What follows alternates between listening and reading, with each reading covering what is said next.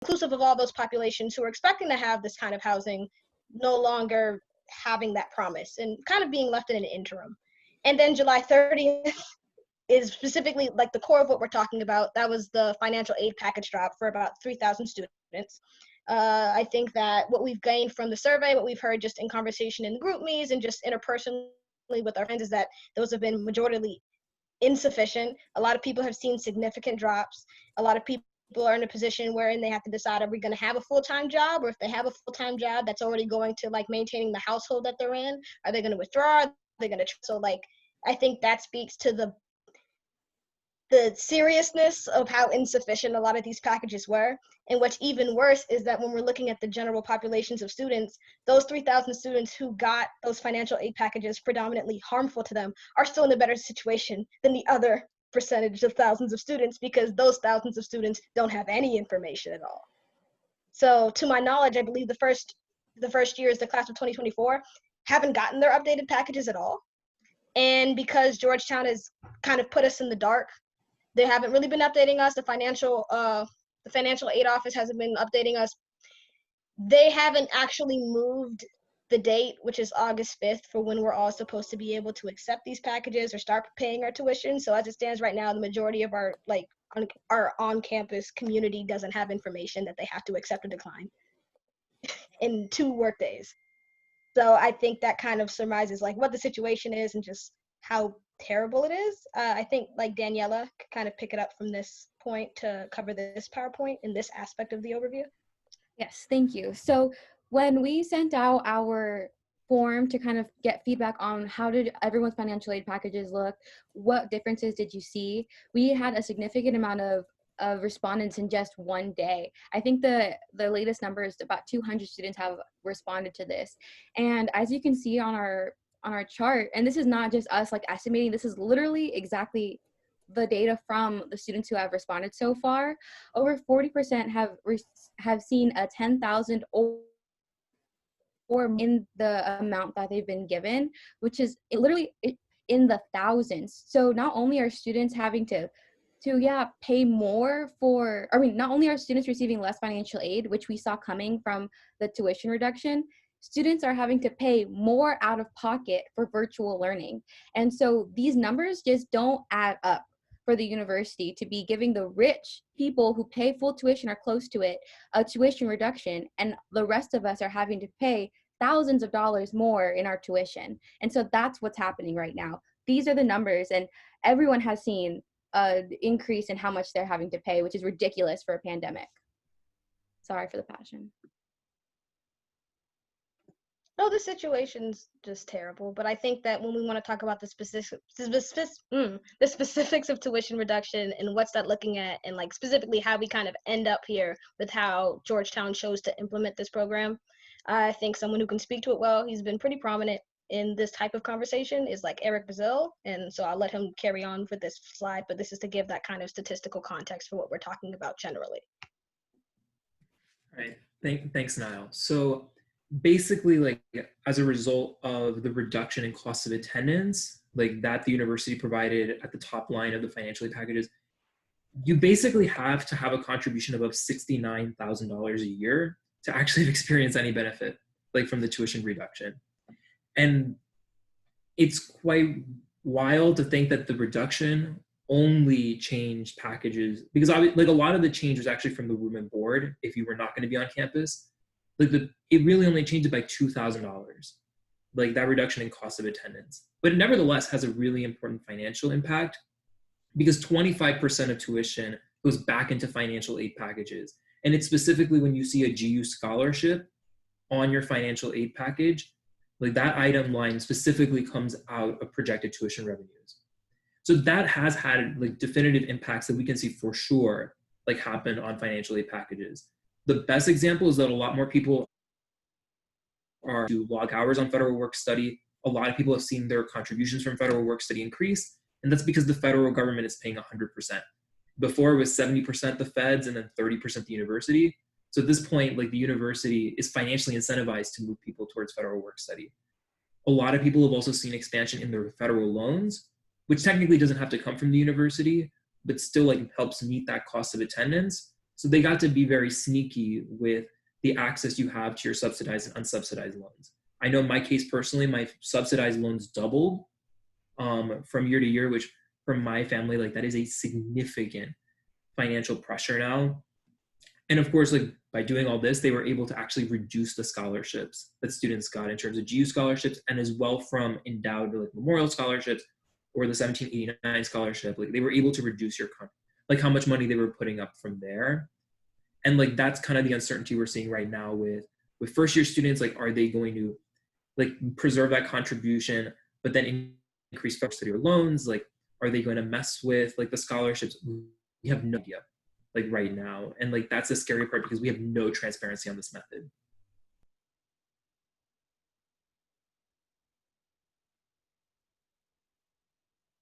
Yeah, so I think that that was a really good summation of like that aspect of it. But I think that we all can kind of coalesce around what the results of this is. And the result of it is that a lot of people in financial aid, myself included, are in situations that make it very hard to see ourselves as Hoyas moving forward in a way that isn't economically like disastrous for like our families and for ourselves. So we got that information July 31st. We've been trying to organize, even from the summer when we were dealing with the whole COVID thing and the AA system, moving into this situation, which is much more rapid, much more sudden, and kind of unpredictable because we've yet to actually get any meaningful response from the administration or the financial aid offices. We kind of tried to coalesce, and this is kind of what we've had so far. So as of July 31st, we published a financial aid awards package survey so that we can kind of collect data and testimonials. The leadership team has a meeting with the administration Tuesday, which is going to be about this issue. So the more context we have and the more expression we have of what the issue is, how it's impacting students, and the numbers behind it, that's been really beneficial to us, and that kind of helps us have like our foot in the door when we're making the argument that this has been unacceptable. And as it stands right now, we have over 200 plus responses and at least 67 testimonials that could be changing at this point in time. We've also been contacting like various reporters and press members, specifically those that report around the issue of education, who have actually reported on Georgetown in the past when it announced its tuition reduction. So we want to ensure that if this is the national conversation of what universities are doing and how it's impacting its students, we're being very clear and decisive of what Georgetown's doing and how it's impacting us. Then we have that petition. I think we're all kind of sick of petitions. I like a little bit. I just want to emphasize that this isn't where we begin and this isn't where we end, but it's a good way of articulating what our demands are as a community and what we expect from the administration in a way that they can't deny Tuesday that they didn't know in explicit detail what it is we were upset with and what it is we expect them to do. We have over 200 individual signatures as it stands, and then 15 organizational signatures. We don't have any faculty signatures yet, but I've kind of been in contact with some faculty who are on some of their executive tenure teams, and they actually have a meeting with them Monday about this issue. And they're even saying that within that meeting, they might even get some information that they report back to us about whether or not Georgetown is looking into increasing aid and like reevaluating these packages and doing some of the things that we've listed on our petition as it stands. And then also Daniela and I believe Nico, our president, are kind of working on an op-ed so that we can call out the university and administration in a way that's kind of as scathing as it needs to be to get a response, because the way in which Georgetown has chosen to deal with this is like unacceptable, because they didn't just do this, they did this and then chose to go radio static, as if you can release something at 6:30 p.m. and not respond to emails and not respond to calls because it's the weekend. And I think that's unacceptable. And I think this and what we do moving forward is supposed to be a direct response to that. Yeah, and I'll just add a couple things here just because I think a lot of the media stuff that was in Nile was me and another rising senior. We reached out to at least 2 reporters from each of the like major, newspapers, so WAPO, New York Times, and Wall Street Journal, and the op-ed was me, Eric, and Daniela, and I'm going to make a version and try to submit it to some of the op-ed editors at New York Times, The Hill, and a couple other newspapers. I have that list ready to go, and that'll just be happening as we kind of keep things going. But I'll turn it back to Niall now. Yeah, we can like, that pretty much summarizes like all that can be gained like from this slide, so you can move to the next one. Okay, so I got this. So GUSA leader. Oh, But did we move one too far? Yeah, I went too far. Oh, sorry. Look, It's go okay. back one. There's one that says like what we've been doing since March. It's before this.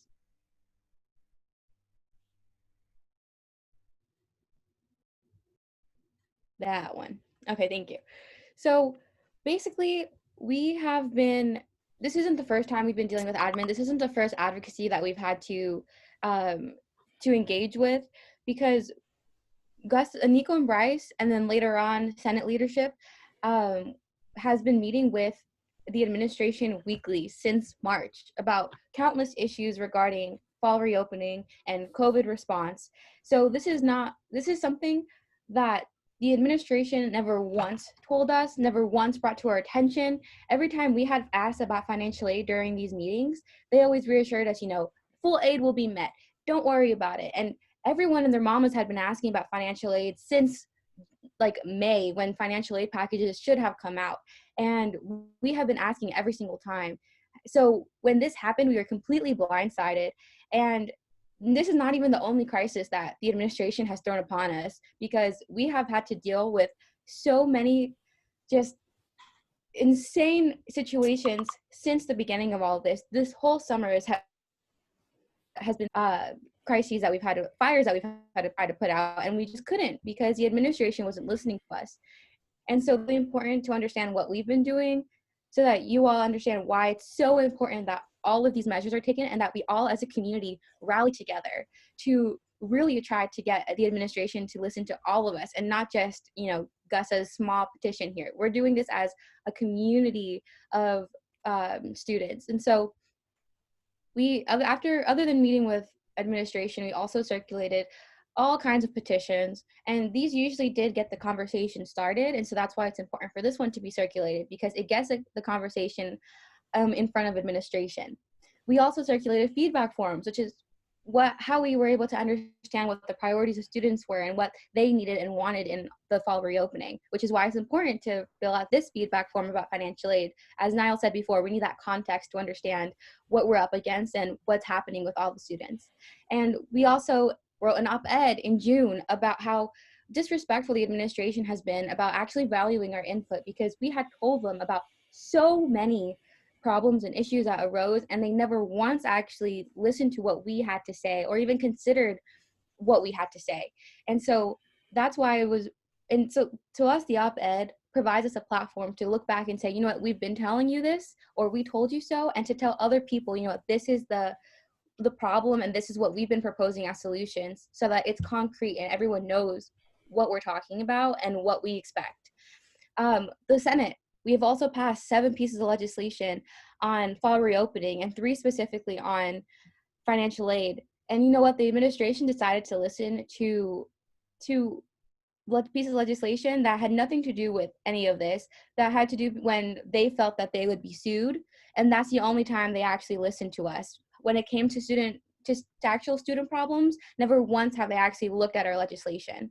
And finally, when the RAs were all fired, which was, okay, well, before we thought they were all going to be fired, when we thought they were just going to be reduced, we wrote immediately a letter with them to demand that they be respected as employees of the university. And you know what? Even after that, all of them were still fired and still not given the respect they deserve. And so that's why it's so important for all of us to come together and continue with these advocacy efforts that we will continue explaining. Yeah, and I would just add that I literally texted the COO about the RAs, at his cell phone number. I was annoying him. And as Daniela said, we've been having our weekly meetings. So we will be definitely later on in this Zoom call, we definitely want to talk through ways we can actually escalate, because we just have no leverage. But Niall, Daniela, you want to take it over again? Yeah, so I this a lot of people in the can gone and they want to chat once I go over the basic overview. But when we were kind of trying to develop a petition, we wanted it to be very that at this point in time, it's been brought to my attention that the administration has seen it and they've read it. So it was actually Nico's suggestion that when we were drafting the petition that we just put the overview of the demands at the top, because they don't tend to read things and they oftentimes need to be spoon-fed. So we made it very easy for them to understand what it is we're requesting of them. So we basically, the most obvious point is just a full reappraisal of the financial aid packages already released. Like some of the testimonials that we've been reading, just the fact that like you're paying 6 times as much to be at home doesn't make sense. And we're on the wrong slide, but I can just riff. But like, yeah, that's the biggest problem is that people are going to be paying more to stay at home, that they're going to be paying more despite actively attempting to contact their financial aid officers saying, hey, my situation has changed. Hey, my income has changed. There are people who have had active and things that Georgetown's own site dictates as things that would change the way in which your financial aid would be factored, that got their packages and saw that that information in those income change request forms weren't actually a part of what they received at all. And we also wanted a complete reevaluation of those that are still pending, if those meet the standard that we've seen so far, which is being insufficient. But of course, before we ask for a reevaluation, we actually want people to be able to get their hands on their financial aid packages. And there's thousands of students who haven't. So that's why we want a reappraisal of what we've had and then a reevaluation of what's about. We have no timeline for when they're going to give them out. But then we also want an extension on financial aid's appeal time, because as it stands, August 5th. So you have people who have their packages that are insufficient and then have to have these conversations with family about, hey, can we afford our housing if I continue to go to Georgetown? I need to find a job and there's no open, like we're in the middle of a pandemic and I have vulnerable people in my house. So I can't go out to get a job in the same way other people do because I would be directly at risk at catching COVID. So those are the situations that we've seen just in testimonials and just in the survey. And then there are people who have no information and then they're supposed to make a decision on a package they haven't received by August 5th. And that's unacceptable. I know in previous meetings, Georgetown has said that they'll be flexible with it, but since they kind of kept us in the dark and they haven't been saying anything, I'm not going to put it on their shoulders to assume that they're going to be amicable unless we explicitly ask for them to have a practice that makes sense. So we want an extension of that. And we also need to make sure that the financial aid offices and their staff are made available to receive and respond to these appeals in an immediate and efficient fashion. If you accepted the award, I would say in this context, yes, because the situation is, because just the question that I saw in the chat, that it's a situation that's unfair to a lot of students whose situations economically aren't stable, to say that you have to make this immediate choice and you're facing this deadline that's in 2 work days. And that's unacceptable. And it's on Georgetown's responsibility, like it's on their shoulders to accommodate us and our needs as students and not the other way around. So I think that if you haven't accepted it yet and you still have those 2 work days too, I would suggest that you not, but if you have already, then there's still a space for you to appeal, and you should, because what they're doing is unacceptable. And if Georgetown gets to take all summer to put out a financial aid package, then you get to have more time to appeal. That makes sense. They're 2 months over schedule. You can be like 3 days over schedule. So there's also the slide has changed. Sorry. Yeah. There's also just the waiver to get rid of the student minimum contribution requirement. I think that speaks for itself. We're in the middle of a pandemic, and we're losing aid, so we have to pay more, and it doesn't make sense to pay more for less. And then there's just a systematic overhaul in how Georgetown calculates its financial aid, because I think it will be very easy for Georgetown to imply that this is just COVID related and this is why we're facing these issues, when in actuality, this is the culmination of a systematic marginalization over years of how they calculate their financial aid and how they treat students. And because they created a system with that kind of holes, it wasn't able to sustain itself and to act effectively when put under the pressure that is the COVID pandemic. So this is their failure. Like, do you know, like there's so many testimonials of the reality is that if Georgetown isn't going to support its students, you would think that they would be calculating external scholarships in a way that it would allow them to cover themselves, but it's not. There are people who have 50,000 scholarships, and then the way Georgetown calculates that into their financial aid packages, they still have to pay 20K. That doesn't sense. And that can't be acceptable, not just this year in the context of a pandemic, but it can't be acceptable moving forward. And then there's just something that Georgetown struggles with in general, which is just transparency of this progress and the changes in system and the responses that we're expecting. But that's just like a quick overview of what our demands were, if anyone wants to add on to any of these specifically. I think that was perfect, Niall. Okay. Yeah. And so basically, I mean, this is just like the thing that we've been sharing all day, the bit.ly/financial aid crisis. Does anybody know a Brendan Sullivan? He's in the waiting room. He's going to stay in the waiting room. So basically, these are just been our like ways of escalating so far. The financial aid survey, which we've gone through, the petition we've gone through. So just kind of like trying to create as much clatter on social media will be really important. We really want to like annoy the crap out of admin. But otherwise, are we good to go to questions, Daniela and Niall? Yeah, I think so. That's fine with me. Does anybody have any questions? And like state your pronouns, like when yeah. you say your name in your question. So, or just type it. Oh my gosh, that's so much easier. Yeah, you can put it on your Zoom name. It will be a lot better.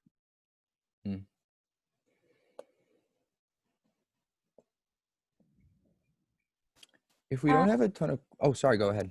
Yeah, hi. Sorry, my camera's not on because my dog is freaking out in the background. But this is Barsha, she, her.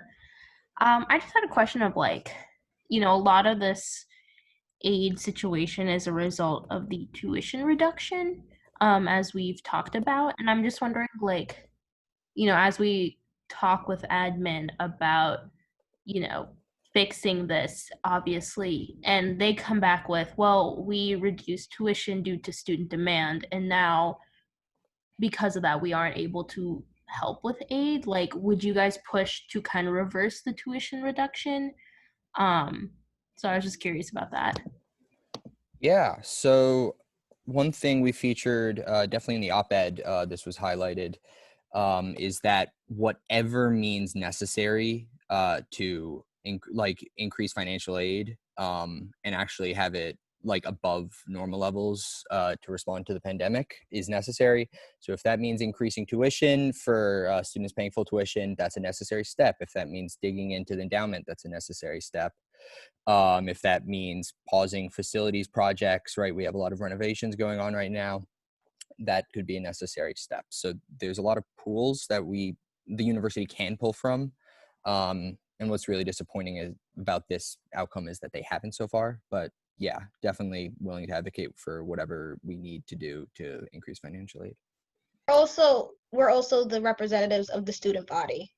So I don't think any of us would accept an answer of, well, a group of students not affiliated with and not voted in and appointed to represent the student body advocated for something. Well, now we're advocating for the student body. The student body needs X, Y, and Z. So I think it's important to know that that's not even an acceptable argument on Georgetown's basis. And like, we're not going to accept that. As other students said this. Well, now, and even then, if you're arguing that, I'm pretty sure that they found the way to do tuition reduction in the most inefficient way possible. So they're not even doing the best version of a bad idea. like to not parse words, they're half-assing a bad idea. So it's like, it's not something that we have to accept, and I don't think it's our plan to. I have Yuritsa next. I'm so sorry if I mispronounced that. No, you said it correctly. So my question is in regards to federal work study. So in the email, it said that federal work study doesn't count as a credit in the billing statement. So does that mean I have to pay that federal work study up front during the billing statement and then kind of work for the money I paid throughout the year? I can answer that. That was also my question when I first saw that, my first year. But so the reason why I think federal work study is pretty BS is because they tell you like, oh, this is how much you should work, but you don't have to pay it up front. They're just telling you, they're just basically giving you like, it just serves as like as saying like this is what you can contribute and what we'll give you. And I'm pretty sure federal work study is like untaxed dollars. You work up until, like, let's say it's $1,500 is your federal work study money. Up until $1,500, you're for sure not going to be taxed on it. So you don't have to like technically pay that money, but just know that they're expecting that kind of money to be contributed by you. So it's like, I don't know if I'm explaining it. It's a really weird concept. So it's so not. would I have to? So my question is, would I have to contribute that money before, like, the billing statement arrives? No. Yes and no, Well, because it's right. federal work study money is part. They're telling you that that's your responsibility in the sense of like that's scholarship money that they're not going to give you, but then it's not like an added fee, if that makes sense. Yeah, because the way I'm thinking about it, I feel like it's kind of like indentured servitude, where like they give me the opportunity to work and then I have to pay them back. So I just don't know. It's very confusing to me.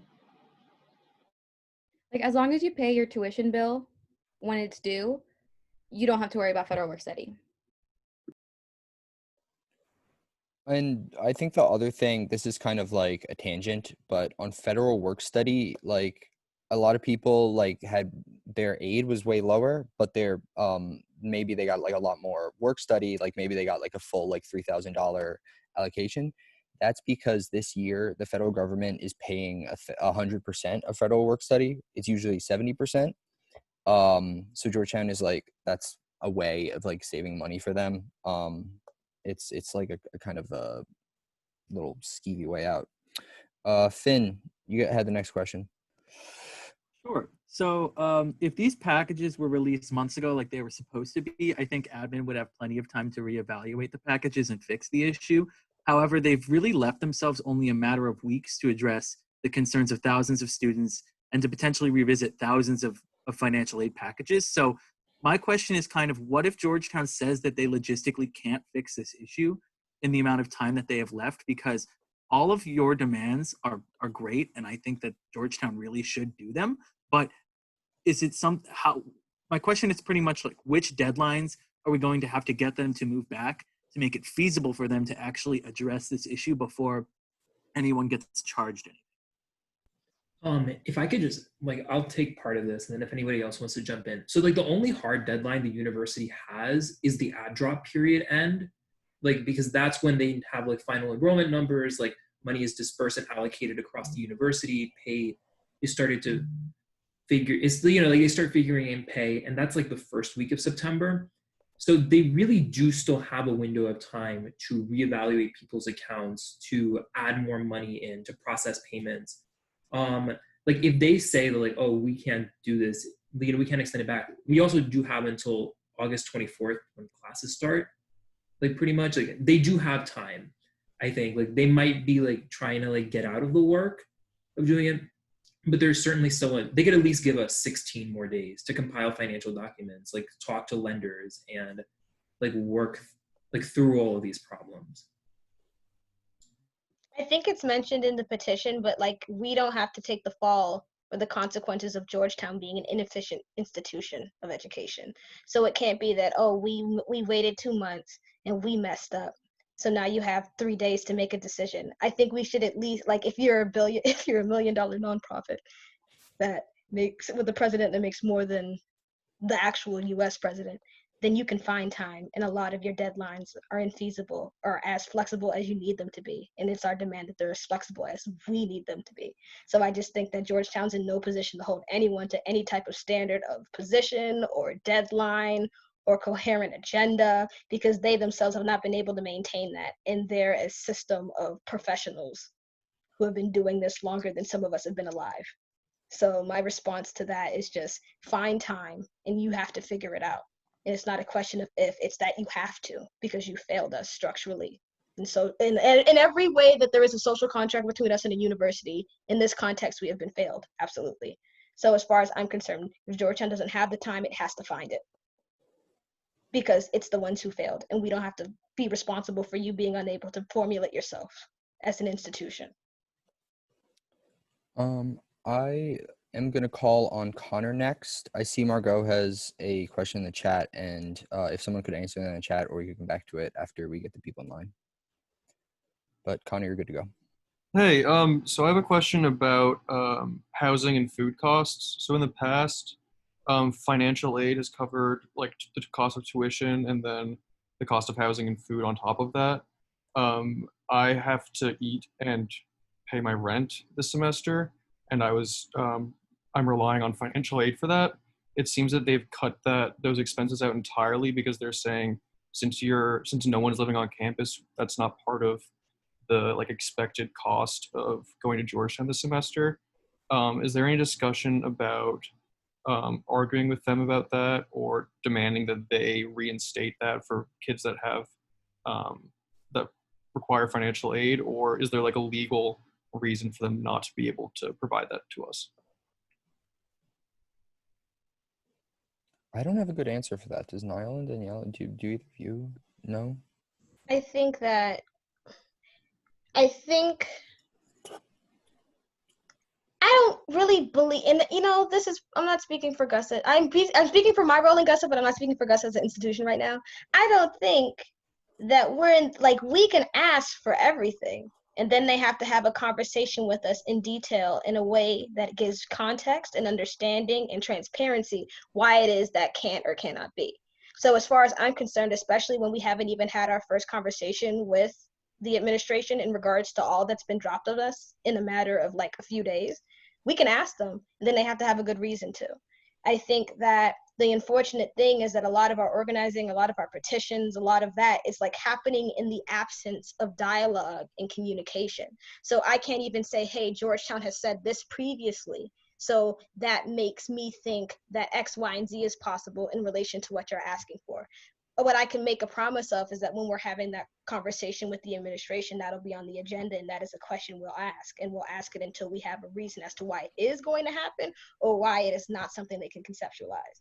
But yeah, I think that there's nothing infeasible to ask. I think the worst thing they can say is no, and that's not the answer we typically accept. So I think there's always space to ask, there's always space to push, and I think that because we're your representatives to the administration, it's our responsibility to push and to ask. So I think for Connor and for anyone else who has a concern, if you have it, it's not stupid, it's not infeasible. Georgetown has to prove that it is. It's not our job to wonder, does Georgetown have enough in its budget? Like, I'm not here to calculate that shit for them. I mean, so sorry. I'm just like, it's not our job to figure out what Georgetown can or can't do. That's information Georgetown has to provide to us as a student body. That's really well said, because I mean, we bring every concern that like students bring to us. I think there are people in this room that can like attest to that. So if you like submit it to like the GUSA email or the like comment form or even like DM me, whatever, we will bring it to an admin meeting. So I don't know exactly about like why they have that policy, but we can definitely like talk about it. And Lynn? sorry, just real quick. Yeah, sorry, Connor. No, it's okay. I really appreciate your answer there. I saw someone in the chat here said they've heard of submitting like a signed lease to the financial aid office. Do you guys in GUSA, have you heard about how that policy works? Because I was not made aware of that by my financial aid officer. See, the reason why that's happening is they don't want you to submit a lease. So there's no publicization of that, because they know people will go find leases or find apartments or houses in Georgetown and sign those leases, and they'll have to get the money. That is a policy that is in place. I know because I did it today and I'm getting my lease covered. But they just don't want the entire student body to know about that, and that's the issue.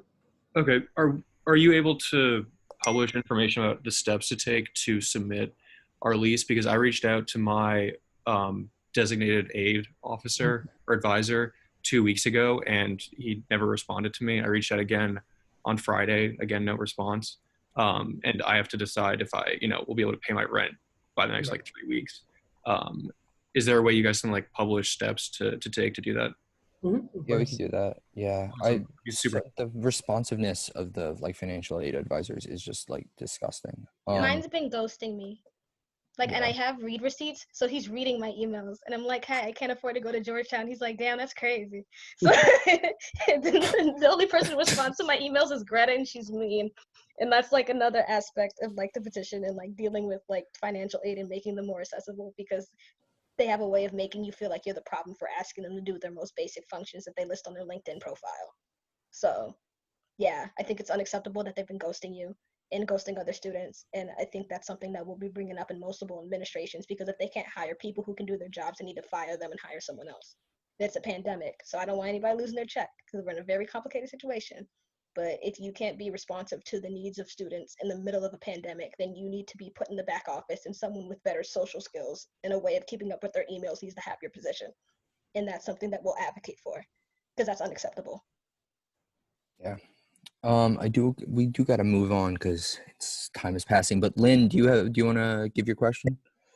Yeah, so I know Gus's priority right now is talking about the administration and trying to deal with like reworking financial aid packages, but I don't really see them going back on the 10% reduction. So I was wondering if there was any talk about setting up some sort of fund where people who have like fully benefited from that 10% reduction can donate the reduction to a student relief fund where it'll be going to the people who need it the most. Because I'm actually not on financial aid and I got a lot of money back from Georgetown. I have some friends who are in the same position but don't really feel good about keeping that money when there are people who can't afford to go to Georgetown. So I was wondering if GUSA was thinking at all about setting up some sort of fund that can like match students in that way.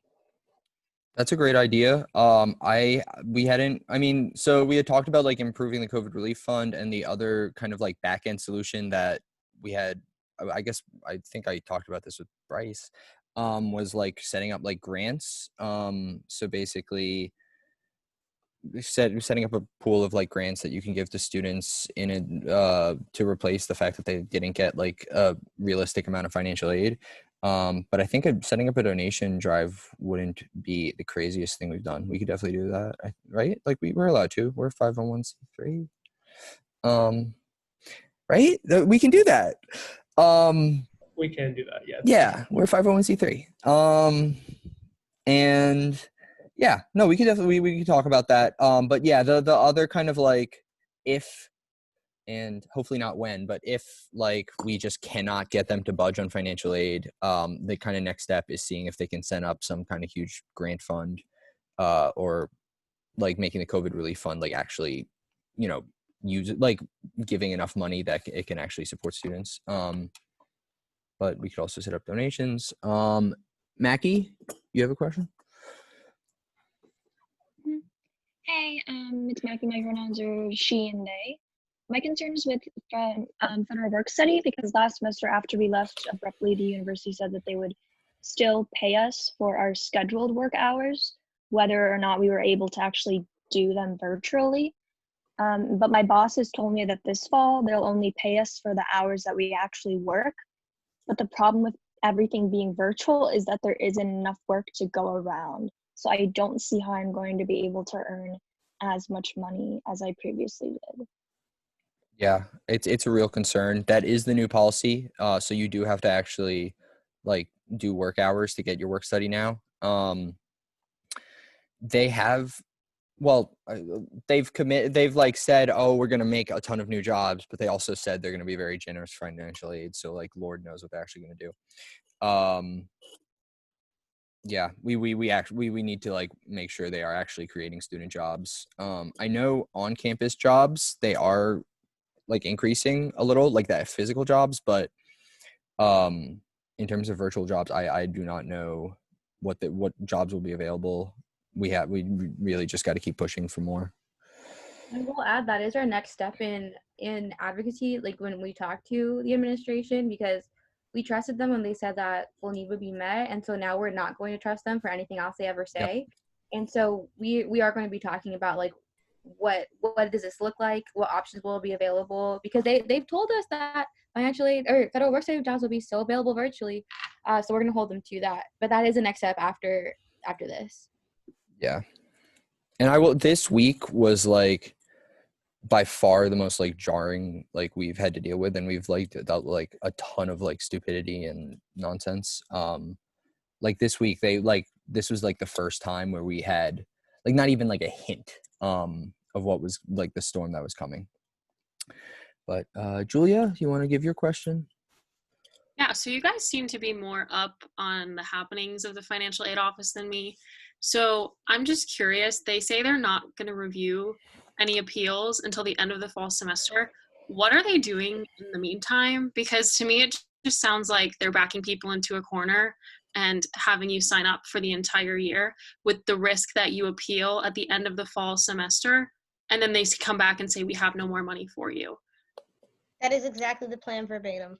Yeah, that's what That they're is doing. literally their plan. Like, Yeah. and not even in a way where I think poorly of the university, because I do, but in the context of I'm talking to professors and other like tenured faculty. Like, you know how when we find out about going off to campus and like the football players know 3 weeks in advance what's happening, and then they tell you before any of us get an email? It's like that. So they've been telling a lot of other faculty and tenured professors what's going to be going on in terms of them being concerned about their students and asking questions, and to more or less the response has been what you said, but in a nicer way, in that it is Georgetown's expectation that da da da da da. So what you said essentially is the plan. That's why that's even why with what Connor was talking about, how that information for the lease wasn't made available, because it's not supposed to be. Georgetown isn't prioritizing accessibility at all. It doesn't really want you to know what's going on. What it wants is for you to be scared and worried about not being a Hoya, so you accept it because you know in 2 days you won't have a chance to. So if you wait, then what happens? And they want you to make a decision from a position of fear, because that what benefits them, because they know they're not in the position, or they feel that they're not in the position to be empathetic and caring, and they want to be efficient. That's really all they want. And so yeah, it's BS, and it's not something that we're going to let stand, and it's something that the university is going to have to answer for explicitly. But what you're saying is the plan. Yeah. And Maya, to answer your question, I don't think they are doing any appeals on financial aid until the fall, the end of the fall. But that's why we're advocating for reappraisals now, so that you don't have to wait until the end. Yeah. Jonathan, do you want to give your question? Sure, yeah. So like a lot of people, as it stands, I cannot afford to go next semester. My family and I were considering our fingers that the university would change how it's doing it. Do you think that's a good plan? Is it gonna?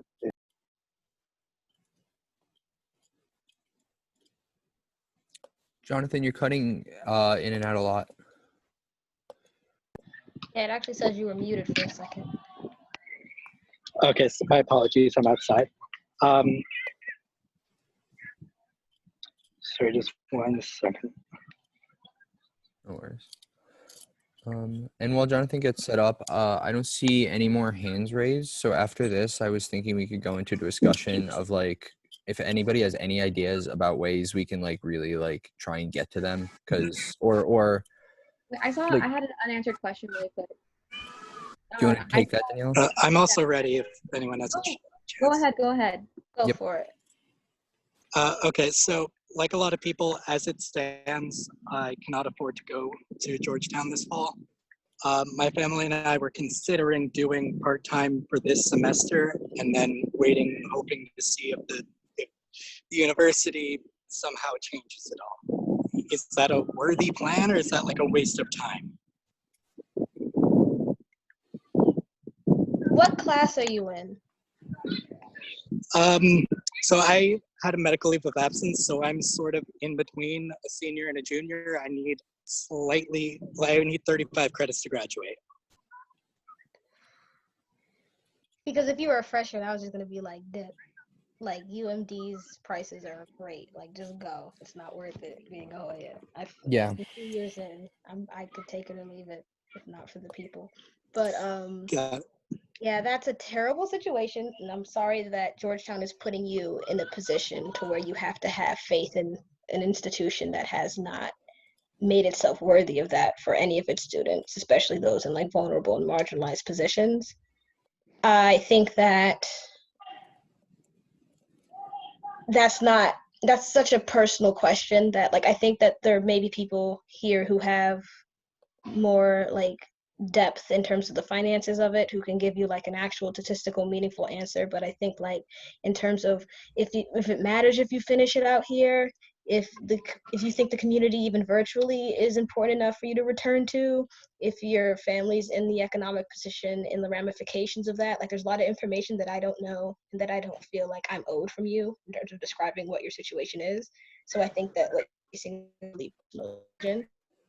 only the only context I can give you is that if you were to wait it out, or if you were to attempt like this part-time thing and see what Georgetown does, that it wouldn't be without GUSA at your back, and it wouldn't be without us actively advocating for otherwise. So if you were to make that decision, it wouldn't just be you having to cross your fingers and like waiting to see what happens. It would be us actively fighting for you and ensuring that the decision you made turns out as well as possible with the financial support that you're owed from this institution.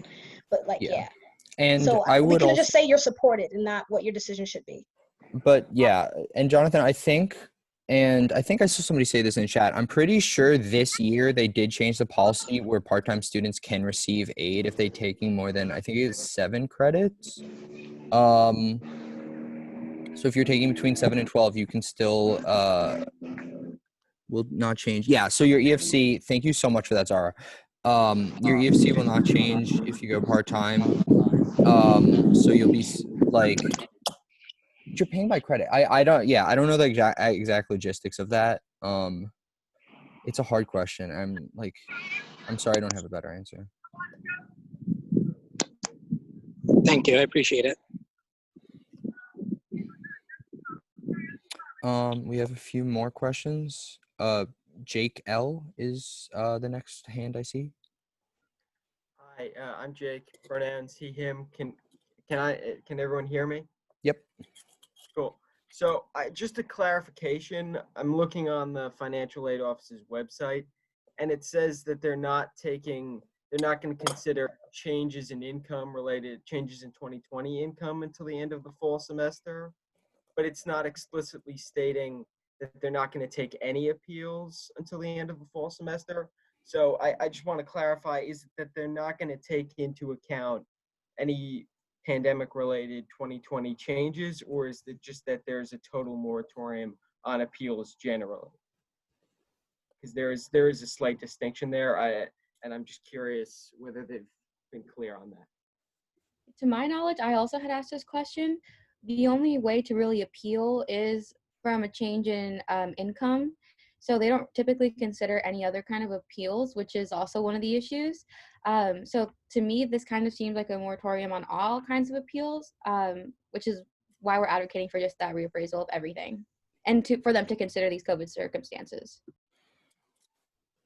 Thanks.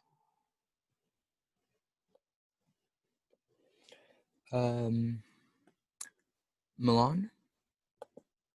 Yeah, pronouns are she, her. I just want to ask about the modest living allowance that they said they were going to give. And like, it seems like they haven't. I haven't gotten my financial aid, so I can't see my personally. It's not in the financial aid package. It would come after, but we have no idea when they're going to do it. Or it could literally, like, modest living allowance, it could be like $300. We have no gauge of how big it's going to be. We asked a bunch of questions. Huh? We also don't know how they determine it either, like who gets it. Yep. Yeah, that's exactly right. They're even still doing it. They are still doing it. We do know that. Oh, wow, great. Yeah. It's for every undergraduate who's not living on campus. So all 6,000 of us. Yeah. That's of us. Yeah, 6,000. Jesus. But we don't have any more guidance on the living allowance. Neha? Hi, I'm Neha, she, her. First of all, thank you so much for all the hard work you guys are doing with everything just happening. I know the petition talks a little bit about transparency, but I was wondering if there is any other information on how the cost of attendance got calculated for this year. Because I was looking last year and it was $74K. Now it's between $72K, and now it's like $69K minus housing and meals. So I was just wondering if there's any word on that. Oh, you mean like the actual, like the normal, like just like the cost of tuition?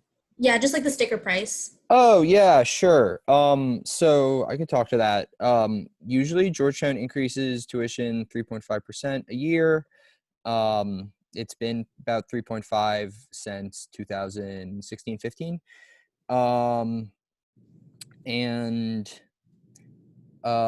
This year, basically, the calculation was it was a 3.5% increase and then a 10% decrease, and that's how you get that number.